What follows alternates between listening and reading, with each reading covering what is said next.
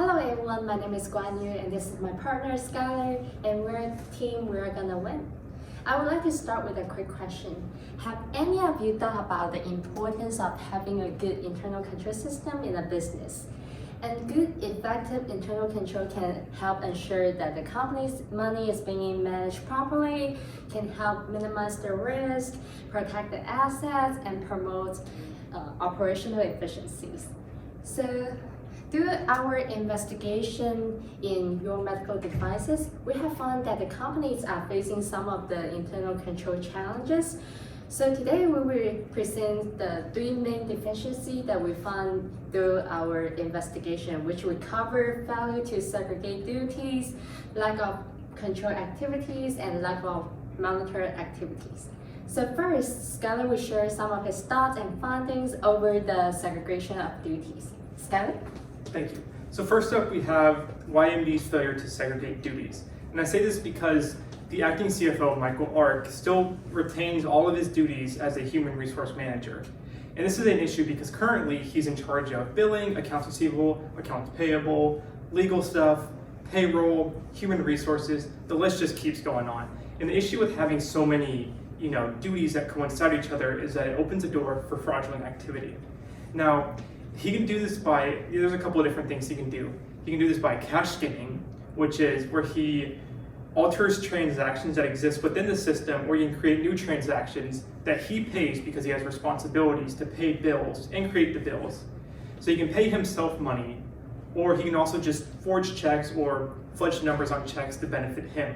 He can also commit what is called payroll fraud scheme, which is where he pays an employee that doesn't actually work at YMD and he pockets the money. And because of this, I feel like they fail to uphold the 4th, 6th, and 7th principles of the COSO framework.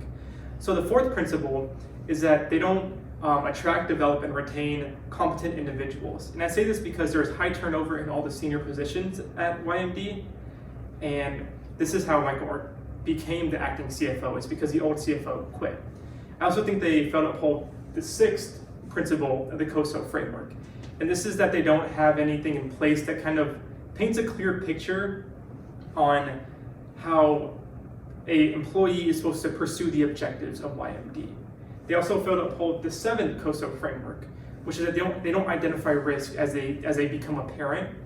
There's no really checking behind the operations just to make sure there's no overlapping duties, because if anyone was to see that Michael Ark has power over so many different divisions of YMD, that would raise a huge red flag.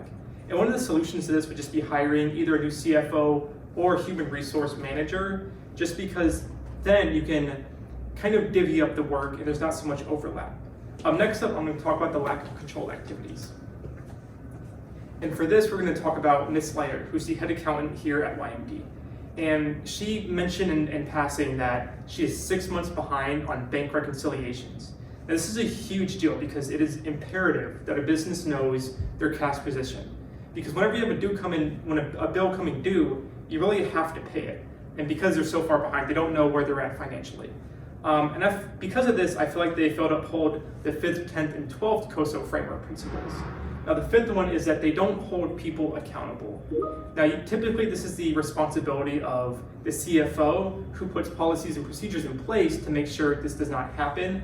But because Michael Ark is so new, there's no way of him knowing that he's supposed to have these policies in place already. Also, the 10th principle is that it's not very clear what the path of success is for an employee. So whenever there is a CFO, they're supposed to put policies in place that kind of guide the employees towards what they're supposed to be doing. It's also the 12th principle, which is they don't have any control activities in place to mitigate risks. So this is another duty of the CFO for the accounting team, just to make sure that nothing's falling by the wayside.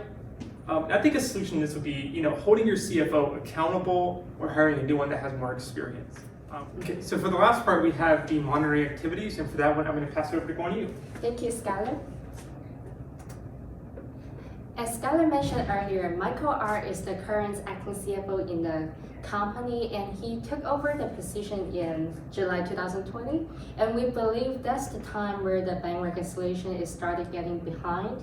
Principle 16 of the COSO framework discussed that the need of ongoing evaluation of their company activities.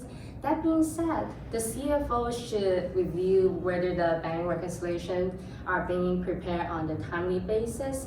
However, Michael Ark didn't do a good job on oversighting the finance department, and moreover, Michael Ark, as a CFO, he fails to identify the deficiency, the control deficiency, and he also failed to communicate those deficiencies to either Dr. York or all of you.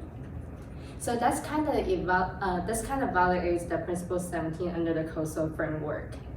So without a good monitoring activities, the company are more likely to have the risk on the cash shortage or having the employee fraud. So if the management on the monitoring activity is weak, it's basically giving the employees some opportunities to commit fraud. Let's think about it. If the employee knows that, oh, no one in the company, my CFO, no one's gonna watch me whatever I'm doing. So that's just give me a big chance to commit fraud, especially when I experience some financial pressure or the life pressure. That's just a really good opportunities because no one would even find out if I do something harm to the company. So we would recommend that, like Skylar mentioned earlier, we would recommend the company either to keep the new CFO accountable, or we would say also bring in an internal auditor. So that way we can have a double check to make sure everything's going right. So today we shared the 3 main deficiencies that we found through the investigation, and we would say that your medical devices are really urged on designing and implementing a good internal control system, because that's the only way that the company can safeguard their assets, protect their best interest. And we say having a good internal control system is the best way, the most effective way to protect a company.